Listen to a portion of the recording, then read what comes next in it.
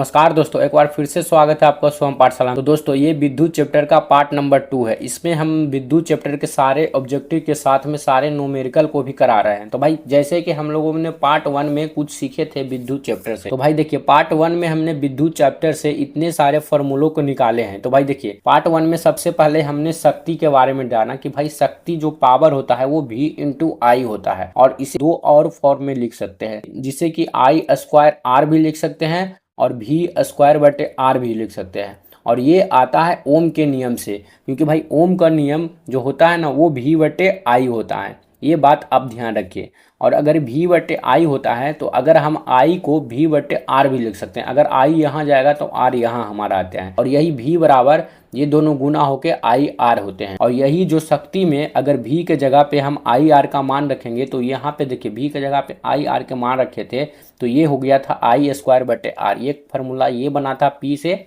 और एक फार्मूला हमारा ये बना था कि अगर इस बार I के जगह पे यहाँ पे V बटे आर रखेंगे, यहाँ पे V बटे आर रखे तो ये V गुने V को हो गया V स्क्वायर बटे आर। और एक फार्मूला हमने और जाने थे, विभवांतर बराबर होता है किया गया कार्य बटे में आवेश, जो कूलाम होता है वो। ये फार्मूला होता है W बटे Q। और ये होता है एक formula Q equal to I T, यानी कि आवेश बराबर धारा इंटू समय होता है, जो कि समय होता है वो सेकंड में होता है। ये हमने पहले वीडियो में ये सब के बारे में जाने थे। और ये फार्मूला आता है हमारे धारा के परिभाषा से, क्योंकि धारा का परिभाषा कहता है कि धारा का परिभाषा होता है कि आवेशों में प्रवाहित दर को ही विद्युत धारा कहते हैं। तो जो आवेशों में प्रवाहित दर है T, और जो कि सेकंड में होता है, यही विद्युत धारा I का फार्मूला निकला। इसी से Q equal to I into T निकला। तो भाई अगर आप पार्ट 1 मिस किए हैं तो जाके पार्ट 1 जरूर देखें। ये हम लोगों का पार्ट 2 है। इसमें भी हम लोग ऑब्जेक्टिव के साथ न्यूमेरिकल करने की पूरी कोशिश करेंगे। तो भाई देखिए हमने 30 तक पिछले वीडियो में प्रश्न किए थे। हमारा 31 कह रहा है कि निम्नलिखित में कौन विद्युत का सुचालक है। तो भाई देखिए सुचालक की बात करें तो ये आयोडीन है जो कुचालक है, प्लास्टिक भी कुचालक है और सल्फर भी कुचालक है। और ये ग्रेफाइट जो डी हो गए ना वो सुचालक है, और ये हीरा के अपरूप है। यह एक अपवाद में है। देखिए भाई 32 आ गया है फिर से प्रश्न कि विभवांतर का मात्रक क्या होता है। तो भाई एक बार फिर से रिविजन करते हैं। इन सभी का मात्रक आपको जानना बहुत जरूरी होता है। तो देखिए सबसे पहला है वाट, तो ये है विद्युत शक्ति का मात्रक। ये है एम्पियर, जिसको हम विद्युत धारा का मात्रक कहते हैं। और वोल्ट होता है वो विभवांतर का मात्रक होता है, यानी कि ऑप्शन नंबर सी हो जाएंगे। और ओम होता है जो प्रतिरोध का मात्रक होता है, और प्रतिरोधकता का मात्रक ओम मीटर होता है। ये बात को ध्यान रखिए। एक सवाल आया हम लोग के सामने जो कि न्यूमेरिकल है, और ये सब जरूरी प्रश्न है। देखिए कह रहा है किसी बल्ब से 1 मिनट में 120 कूलाम आवेश प्रवाहित होते हैं, तो धारा का मान क्या होगा। तो देखिए ये समय हमारा दिया है और ये कूलाम आवेश दिया है, और इसमें अगर फार्मूला आप बैठाइएगा तो धारा का फार्मूला बैठाइएगा। तो भाई धारा का फार्मूला हम क्या बताए थे। देखिए धारा का हमारा फार्मूला है I बराबर Q बटे टी है। तो अगर हम धारा निकालना है तो I बराबर हम Q बटे टी लिखेंगे। तो देखिए Q हमारा कितना दिया है, अगर हम Q आवेश को देखेंगे तो 120 कूलाम है, और जो हमारा समय है जो 1 मिनट है। तो देखिए अगर हम Q के जगह पे 120 कूलाम रखते हैं, और T जो है हमारा क्या होता है भाई, समय। तो समय हमारा 1 मिनट है, और बोले थे ये जो दर होता है वो सेकंड में होता है। तो 1 मिनट को सेकंड में बदलने के लिए 60 से गुना करेंगे, और ये 60 दूनी सीधे 120 हो जाएंगे। तो ये हमारा आ गया 2 एम्पियर आंसर है ना। तो ऑप्शन नंबर इसका क्या हो जाएगा, 2 एम्पियर। तो ये ऑप्शन नंबर इसका बी हो जाएंगे। अब देखते हैं अगला। देखिए 1 वोल्ट कहता है, तो भाई वोल्ट किसका मात्रक होता है भाई, विभवांतर का मात्रक होता है। तो 1 वोल्ट जूल बट्टे कूलाम कहता है। देखिए कैसे आपको बताते हैं। देखिए यहाँ पे देखिए ये विभवांतर है ना, ये देखिए ये विभवांतर को हम लोग वोल्ट कहते हैं। ये विभवांतर को मात्रक क्या होता है, वोल्ट होता है ना, इक्वल टू। अब देखिए ये W विभवांतर बराबर क्या होता है, W बट्टे Q होता है। ये फार्मूला होता है। तो W जो कार्य है ना वो जूल होता है, कार्य का मात्रक जूल होता है, इस बात को ध्यान रखिए। और Q है जो आवेश, आवेश का मात्रक कितना होता है, कूलाम होता है। तो यही था ना कि 1 वोल्ट बराबर जूल बटे कूलाम होते हैं। तो यानी कि 1 वोल्ट बराबर 1 जूल बटे 1 कूलाम होंगे, यानी कि ये ऑप्शन नंबर के कितने हो जाएंगे, जूल बटे कूलाम, ऑप्शन नंबर बी हो जाएंगे।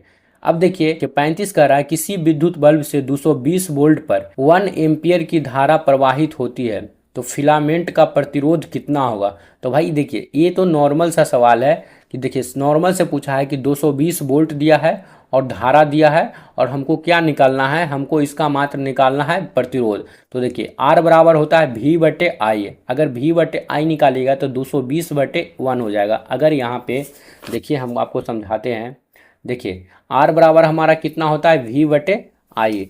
यहाँ पे हमारा V कितना दिया है 220 वोल्ट।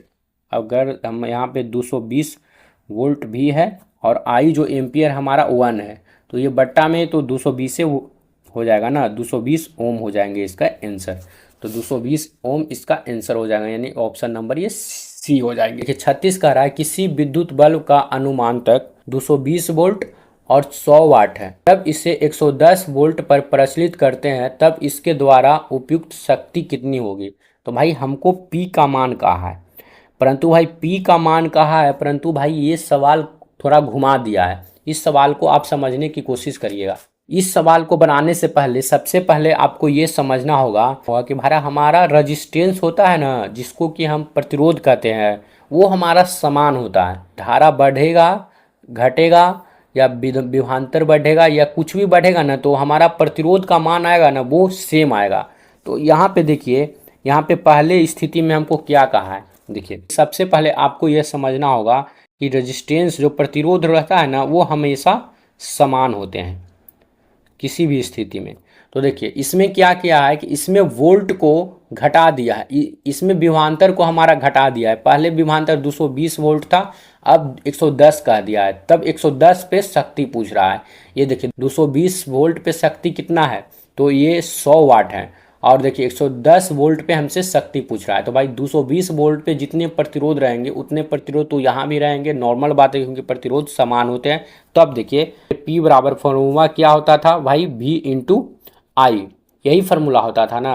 तो हमको वोल्ट दिया है और ये भी दिया है, परंतु आई का हमको ज़रूरत नहीं है क्योंकि भाई हमको आर निकालना है, आर निकालना है। तब हम इसका P का आर बराबर फार्मूला लगाएंगे। तो भाई P का आर बराबर फार्मूला क्या होता था, तो भाई P का अगर आर लेते हैं तो ये फार्मूला हमको होता है जिसमें V भी हो और R भी हो, तो ये होता है V स्क्वायर बटे आर। P बराबर V स्क्वायर बटे आर, ये फार्मूला होता है कि नहीं।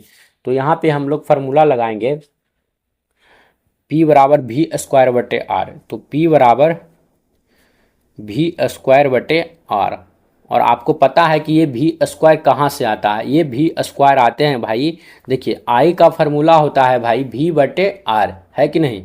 तो V इंटू अगर V बटे आर लिखेंगे तो V गुने V हो जाएंगे V स्क्वायर, और नीचे में ये हो जाते हैं R। अब देखिए हमारा V कितना है, यहाँ पे देखिएगा तो आपको पता चलेगा कि हमारा V है 220 वोल्ट और ये शक्ति हमारा 100 वाट। तो देखिए अगर 100 वाट का हमारा शक्ति है तो 220 वोल्ट हमारा V है और स्क्वायर है, तो फिर एक बार 220 रखेंगे, है कि नहीं, और नीचे में हमारा R हो जाएगा। अगर एक शून्य इसको काट दिया, इधर भी एक शून्य आराम से काट देगा, क्रॉस मल्टीप्लिकेशन, तो ये R अगर इधर जाएगा तो 22 गुने 22 के स्क्वायर 484 होता है। आप गुना करके देख लीजिएगा, ये इतना हमारा ओम आ गए, ये इतना ओम आ गया हमारा प्रतिरोध। यानी कि यहाँ पे कितना प्रतिरोध लग रहा है 484, तो इसमें भी प्रतिरोध लगेगा 484। तो अब देखिए यहाँ पे P हमको निकालना है जब हमको 484 प्रतिरोध लगे और हमारा वोल्ट बदल दिया है। तो P बराबर हम क्या लिखेंगे, V स्क्वायर बटे आर, यही फार्मूला हम लगाएंगे, है कि नहीं। तो P बराबर हमारा हो जाएगा, V का मान हमारा अब कितना हो गया था भाई 110 हो गया था, तब हम लिखेंगे 110 गुने में 110 लिखेंगे, और नीचे हम कितना लिखेंगे 484। अगर इस बात को ध्यान रखिएगा, इसको आसान बनाते हैं। देखिए ये है हमारा 110 गुने 110, ये 484 कैसे बना था, 22 गुने 22 करके ना, तो इसको हम तोड़ सकते हैं 22 गुने 22 में आराम से। अब देखिए 22 पच्चे होता है 110, 22 पच्चे होता है 110, यहाँ भी 22 पच्चे होगा 110, ये दोनों कट गया। तो P बराबर हमारा कितना हो गया 5 गुने 5 यानी कि 25 वाट हमारा आंसर हो जाएगा। कितना हो जाएगा भाई? 25 वाट। तो इसका ऑप्शन नंबर कितना हो जाएगा? घ, जो कि 25 वाट। इस बात को समझिए भाई, ये कोई बड़ा सवाल नहीं था, ये आपको 2-3 नंबर का सवाल था, ये 1 नंबर का सवाल नहीं है। ये तो भाई यहाँ पे दे दिया है ना, परंतु ये 1 नंबर का सवाल नहीं है। तो भाई अगर अभी तक चैनल को सब्सक्राइब नहीं किए हैं तो भाई आपसे विनती है कि चैनल को सब्सक्राइब कर लें। अब आइए भाई हम लोग 37 नंबर प्रश्न देखते हैं। तो भाई देखिए 37 नंबर प्रश्न जो कि कह रहा है, प्रतिरोध आर के किसी तार के टुकड़े को 5 बराबर भागों में काटा जाता है कि नहीं?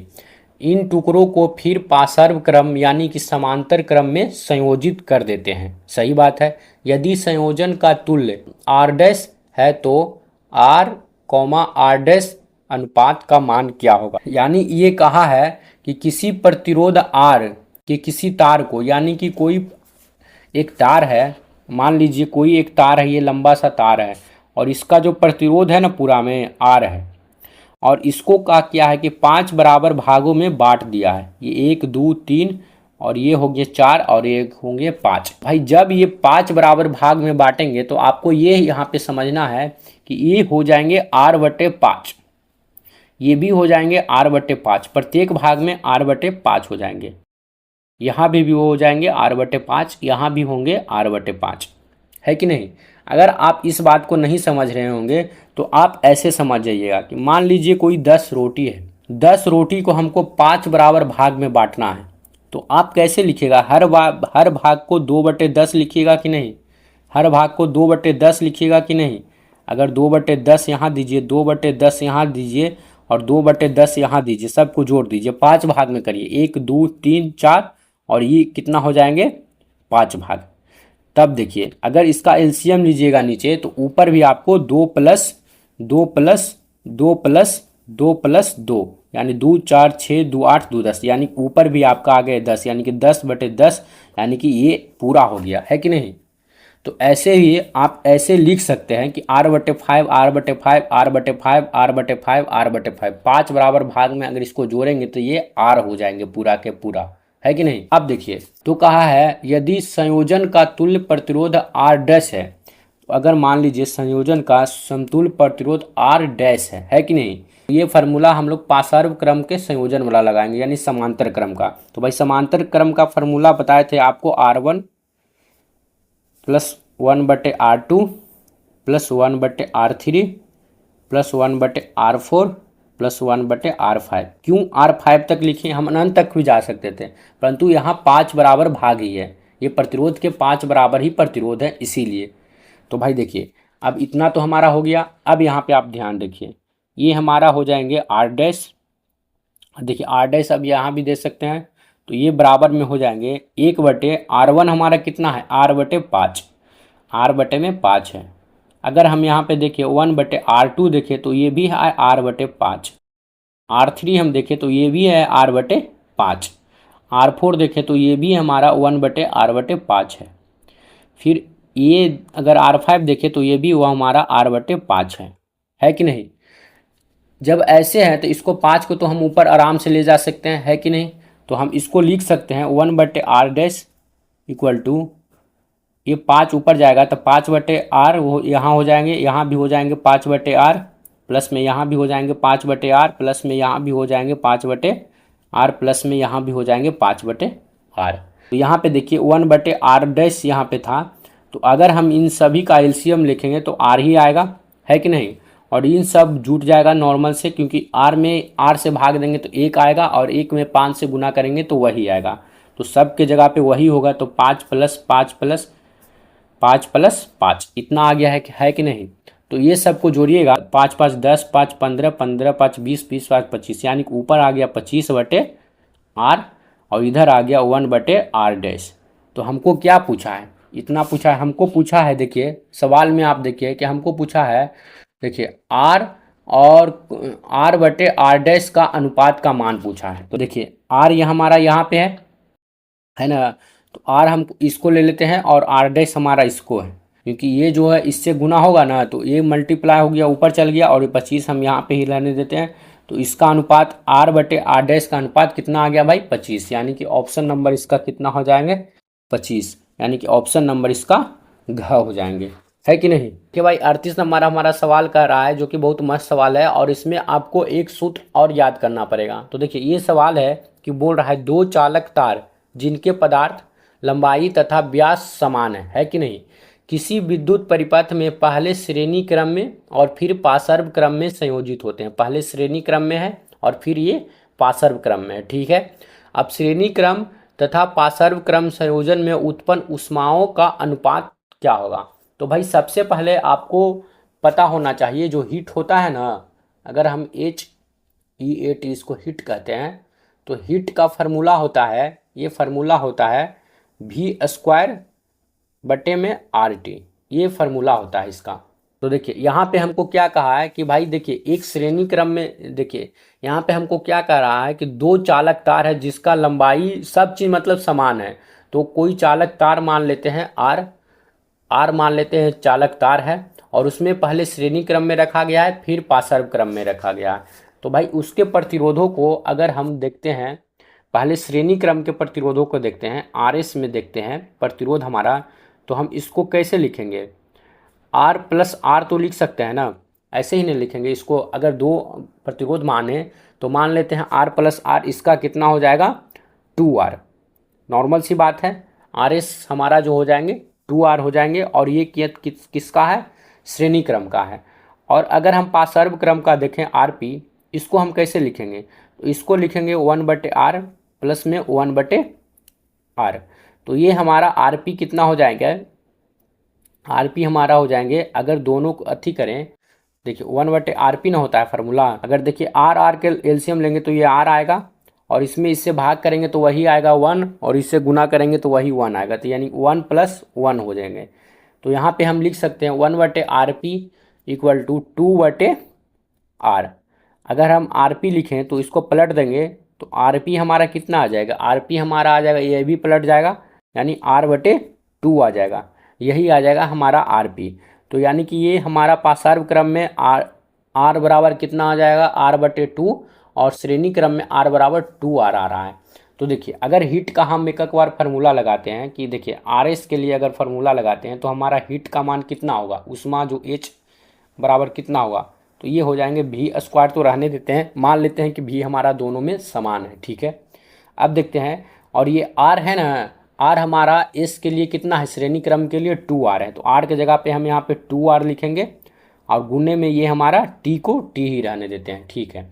एक बार हम लेते हैं RP के लिए पार्श्व क्रम के लिए, ठीक है। तो पार्श्व क्रम के लिए H कितना हो जाएगा, V² को बोले ऐसे ही मान लेते हैं, और ये R के जगह पे हम क्या लिखेंगे, इसका R कितना आया है, इसका R आया R/2, इसको हम लिखेंगे R/2 गुने में T। अगर हमको इसको लिखना चाहते हैं तो 2 को हम ऊपर लिख सकते हैं, तो ये हमारा आ जाएगा 2V² T/R, ये इतना लिखाएगा, है कि नहीं, ये इतना लिखाएगा। अगर हम दोनों का अनुपात देखें, क्योंकि हमको अनुपात ही निकालने कह रहा है, दोनों का हमको अनुपात निकालना है इन दोनों का, क्योंकि देखिए इसमें क्या कह रहा है कि श्रेणी क्रम तथा पार्श्व क्रम संयोजन में उत्पन्न ऊष्माओं का अनुपात निकालना है। तो देखिए दोनों जो ऊष्मा हमको मिला है, एक मिला है ये और एक मिला है ये, तो देखिए श्रेणी क्रम हमारा कितना है, अगर श्रेणी क्रम को आप देखिए यहाँ पे गौर करिए, तो श्रेणी क्रम हमारा है, देखिए V² × T और बट्टे में 2R, मान लीजिए यहाँ बट्टा ले लीजिए और 2R को नीचे कर दीजिए, ये हमारा आ गया 2R। अब देखिए नीचे में इसको आपको लिखना होगा, अगर आप इसको लिखते हैं तो ये हो जाएगा 2V² × T, और ये नीचे वाला R ऊपर चल जाएगा, क्योंकि आपको बताए थे R/5 में कि ऊपर क्यों जाता है, पलट जाते हैं। अब यहाँ पे आप काटिएगा तो T को काट दिया, है कि नहीं, R को काट रहा है, ठीक है, और ये V² के काटेंगे और दो दूनी 4 हो जाएंगे, यानी 1/ कितना आ गया 4। यानी कि अगर हम लोग ऊपर हमारा कितना था भाई RS और नीचे हमारा कितना है RP, तो हमारा अनुपात कितना आ जाएगा 1/4 के अनुपात आ जाएगा, यानी कि ये ऑप्शन नंबर क्या हो जाएंगे, तो देखिए ये ऑप्शन नंबर 1/4 हो जाएंगे, यानी कि ऑप्शन नंबर ग हो जाएंगे। अब देखते हैं 39 नंबर प्रश्न कह रहा है R ओम प्रतिरोध वाले n प्रतिरोधों का समांतर क्रम में जोड़ने पर तुल्य प्रतिरोध कितना होगा। तो भाई ये n/R होंगे, यानी ये कह रहा है कि 1/R1 फिर 1/R1, फिर 1/R1, ऐसे समांतर करके n तक गया है, तो सीधे n से मल्टीपल करेंगे तो n/R आ जाएगा, नॉर्मल सी बात है। अब देखिए 40 कह रहा है किसी चालक के छड़ों के बीच विभवांतर भी और R में धारा के बीच में संबंध क्या है। तो भाई आपको हमने पहले ही सूत्र दिखाया था कि R बराबर V/I होता है, यानी कि ऑप्शन नंबर इसका सी हो जाएंगे। यही है ओम का नियम का गणितीय रूप। देखिए R बराबर V/I होता है, तो I बराबर V/R भी लिख सकते हैं, यानी कि ऑप्शन नंबर बी हो जाएंगे इसका। देखिए 45 नंबर प्रश्न हमारा कह रहा है कि 10 ओम और 20 ओम दो प्रतिरोध को श्रेणी क्रम में जोड़ने पर क्या हो जाएगा। तो भाई सीधा है कि 30 ओम में होंगे भाई, क्योंकि देखिए श्रेणी क्रम कह रहा है ना। ये देखिए R1 प्लस अगर R2 करिएगा तो R1 हमारा 10 है और प्लस में R2 हमारा कितना है 20 है, तो 10 + 20 हमारे साथ 30 हो जाएंगे। 30 ओम आंसर हो गए भाई। ये रहे विद्युत चैप्टर के सारे प्रश्न। 2 पार्ट के माध्यम से हमने इन सारे प्रश्न को करा लिए हैं। अगर भाई इन 45 प्रश्न को आप अच्छे से कर लिए तो आपको विद्युत चैप्टर में कहीं पे दिक्कत होने वाला नहीं है। अगर भाई आप एक ब्रिलियंट स्टूडेंट है तो आप इसको जरूर पार्ट 1 भी जरूर देखें, ताकि आपका अच्छे से रिवीजन हो जाए। तो भाई अभी तक आप चैनल को सब्सक्राइब नहीं किए हैं तो चैनल को सब्सक्राइब कर लो भाई, क्योंकि आगे आने वाले जितने भी पार्ट रहेंगे तो आपको वहाँ पे नोटिफिकेशन मिल सकते हैं।